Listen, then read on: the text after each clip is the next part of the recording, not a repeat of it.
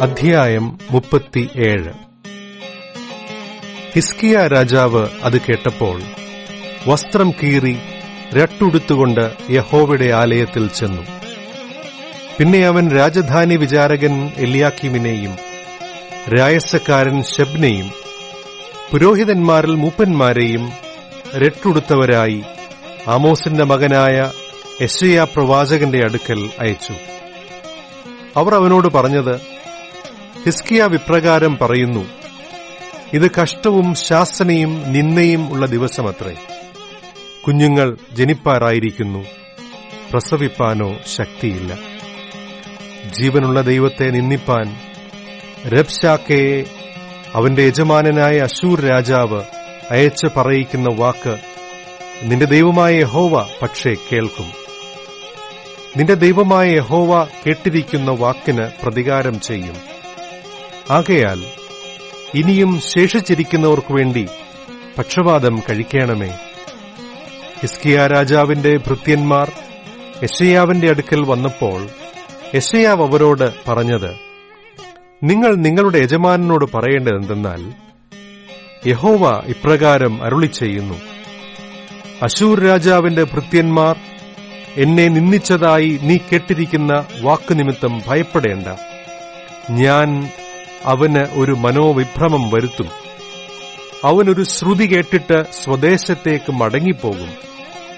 ഞാൻ അവനെ അവന്റെ സ്വന്ത ദേശത്തുവച്ച് വാൾകൊണ്ട് വീഴുമാറാക്കും. രബ്ശാക്കെ മടങ്ങിച്ചെന്ന് അശൂർ രാജാവ് ലിബ്നായുടെ നേരെ യുദ്ധം ചെയ്യുന്നത് കണ്ടു. അവൻ ലാഖീഷ് വിട്ടുപോയി എന്ന് അവൻ കേട്ടിരുന്നു.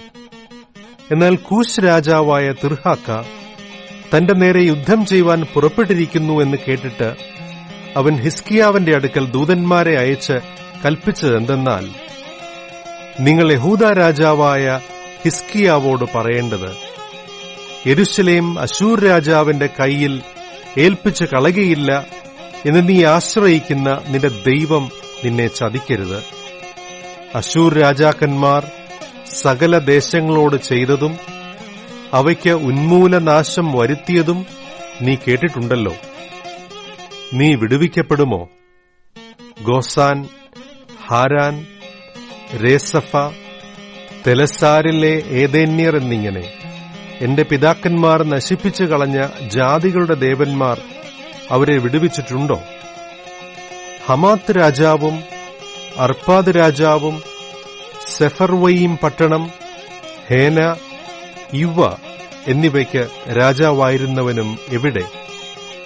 ഹിസ്കിയാവ് ദൂതന്മാരുടെ കയ്യിൽ നിന്ന് എഴുത്തു വാങ്ങി വായിച്ചു. ഹിസ്കിയാവ് യഹോവയുടെ ആലയത്തിൽ ചെന്ന് യഹോവയുടെ സന്നിധിയിൽ അത് വിടർത്തി. ഹിസ്കിയാവ് യഹോവയോട് പ്രാർത്ഥിച്ചു പറഞ്ഞതെന്തെന്നാൽ, ഇസ്രായേലിന്റെ ദൈവമായി കെരൂബുകളുടെ മീതെ അധിവസിക്കുന്നവനായ സൈന്യങ്ങളുടെ യഹോവേ, നീ ഒരുത്തൻ മാത്രം ഭൂമിയിലെ സർവ്വരാജ്യങ്ങൾക്കും ദൈവമാകുന്നു. നീ ആകാശത്തെയും ഭൂമിയെയും ഉണ്ടാക്കി. യഹോവേ, ചെവി ചായിച്ച് കേൾക്കണമേ. യഹോവേ, തൃക്കണ്ണ് തുറന്ന് നോക്കേണമേ. ജീവനുള്ള ദൈവത്തെ നിന്ദിപ്പാൻ ആളയച്ചിരിക്കുന്ന സൻഹെരീബിന്റെ വാക്ക് ഒക്കെയും കേൾക്കണമേ. യഹോവേ, അശൂർ രാജാക്കന്മാർ സർവ്വജാതികളെയും അവരുടെ ദേശത്തെയും ശൂന്യമാക്കി അവരുടെ ദേവന്മാരെ തീയിലിട്ടുകളഞ്ഞത് സത്യം തന്നെ. അവ ദേവന്മാരല്ല, മനുഷ്യരുടെ കൈപ്പണിയായ മരവും കല്ലും മാത്രം ആയിരുന്നുവല്ലോ. ആകയാൽ അവർ അവയെ നശിപ്പിച്ചു കളഞ്ഞു.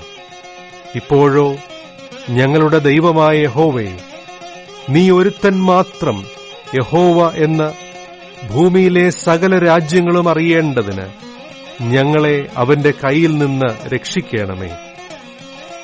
ആമോസിന്റെ മകനായ യെശയ്യാവ് ഹിസ്കിയാവിന്റെ അടുക്കൽ പറഞ്ഞയച്ചത് എന്തെന്നാൽ, ഇസ്രായേലിന്റെ ദൈവമായ യഹോവ ഇപ്രകാരം അരുളിച്ചെയ്യുന്നു, നീ അശൂർ രാജാവായ സൻഹെരീബ് നിമിത്തം എന്നോട് പ്രാർത്ഥിച്ചതുകൊണ്ട് അവനെക്കുറിച്ച് യഹോവ അരുളിച്ചെയ്ത വചനമാവിത്.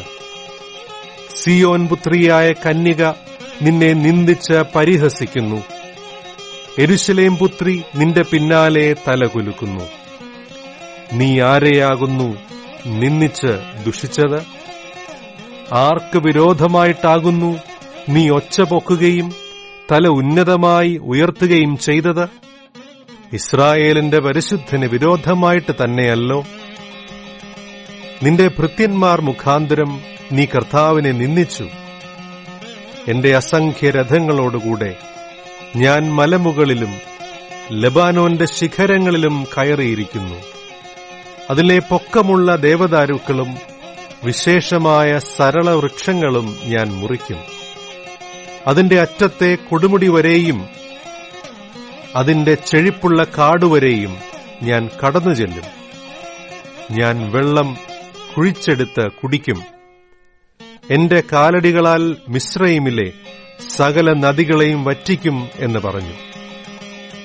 ഞാൻ പണ്ടുപണ്ടേ അതിനെ ഉണ്ടാക്കി, പൂർവകാലത്ത് തന്നെ അതിനെ നിർമ്മിച്ചു എന്ന് നീ കേട്ടിട്ടില്ലയോ? നീ ഉറപ്പുള്ള പട്ടണങ്ങളെ മുടിച്ച് ശൂന്യ കൂമ്പാരങ്ങളാക്കുവാൻ ഞാനിപ്പോൾ സംഗതി വരുത്തിയിരിക്കുന്നു.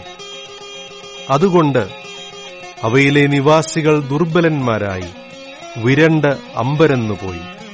അവർ വയലിലെ പുല്ലും പച്ചച്ചെടിയും പുരപ്പുറങ്ങളിലെ പുല്ലും വളരെ മുൻപേ കരിഞ്ഞുപോയ ധാന്യവും പോലെ ആയിത്തീർന്നു. എന്നാൽ നിന്റെ ഇരിപ്പും നിന്റെ ഗമനവും ആഗമനവും എന്റെ നേരെയുള്ള നിന്റെ കോപഭ്രാന്തും ഞാൻ അറിയുന്നു.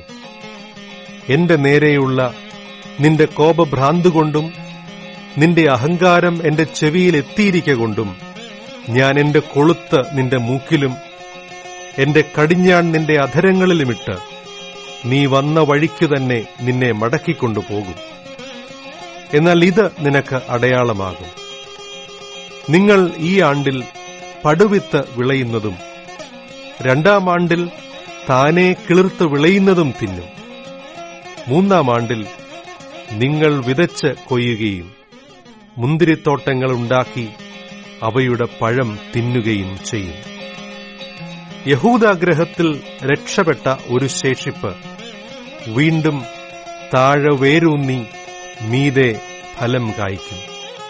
ഒരു ശേഷിപ്പ് യെരൂശലേമിൽ നിന്നും, ഒരു രക്ഷിത ഗണം സിയോൻ പർവ്വതത്തിൽ നിന്നും പുറപ്പെട്ടുവരും. സൈന്യങ്ങളുടെ യഹോവയുടെ തീക്ഷ്ണത അതിനെ അനുഷ്ഠിക്കും. ആകയാൽ യഹോവ അശൂർ രാജാവിനെക്കുറിച്ച് ഇപ്രകാരം അരുളിച്ചെയ്യുന്നു: അവൻ ഈ നഗരത്തിലേക്ക് വരികയില്ല, ഒരമ്പ് അവിടെ എയ്യുകയുമില്ല. അതിന്റെ നേരെ പരിചയോടുകൂടെ വരികയില്ല, അതിനെതിരെ വാട കോരുകയുമില്ല. അവൻ വന്ന വഴിക്കു തന്നെ മടങ്ങിപ്പോകും, ഈ നഗരത്തിലേക്ക് വരികയുമില്ല. എന്റെ നിമിത്തവും എന്റെ ദാസനായ ദാവീദിന്റെ നിമിത്തവും ഞാൻ ഈ നഗരത്തെ പാലിച്ച് രക്ഷിക്കും എന്ന് യഹോവയുടെ അരുളപ്പാട്.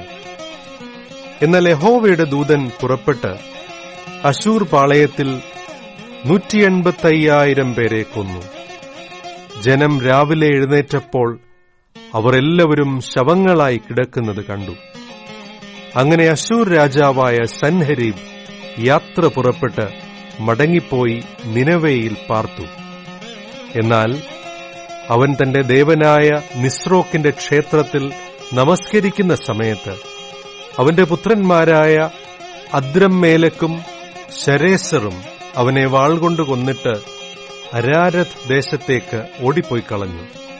അവന്റെ മകനായ ഏസർ ഹദ്ദോൻ അവന് പകരം രാജാവായി തീർന്നു.